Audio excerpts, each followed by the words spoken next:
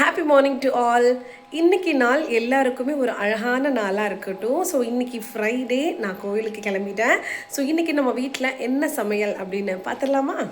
இன்றைக்கி சமையல் 7:15க்கே முடிஞ்சிச்சுங்க. சிம்பிளான மெனு தான். வாங்க என்ன சமையல் அப்படின்னு பார்க்கலாம். சுட சுட சாதம் வடித்தாச்சு.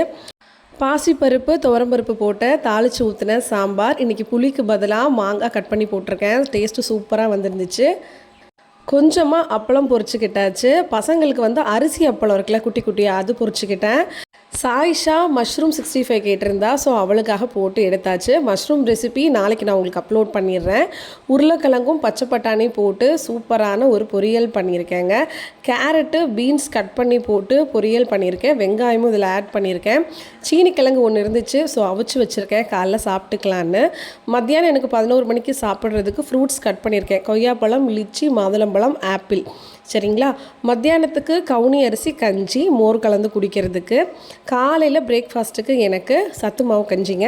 இதுதான் இன்றைக்கி மெனு. ஸோ நீங்களும் ஆரோக்கியமாக சாப்பிடுங்க, ஹெல்த்தியாக இருங்க, ஜங்க் ஃபுட்ஸ் அவாய்ட் பண்ணுங்கள்.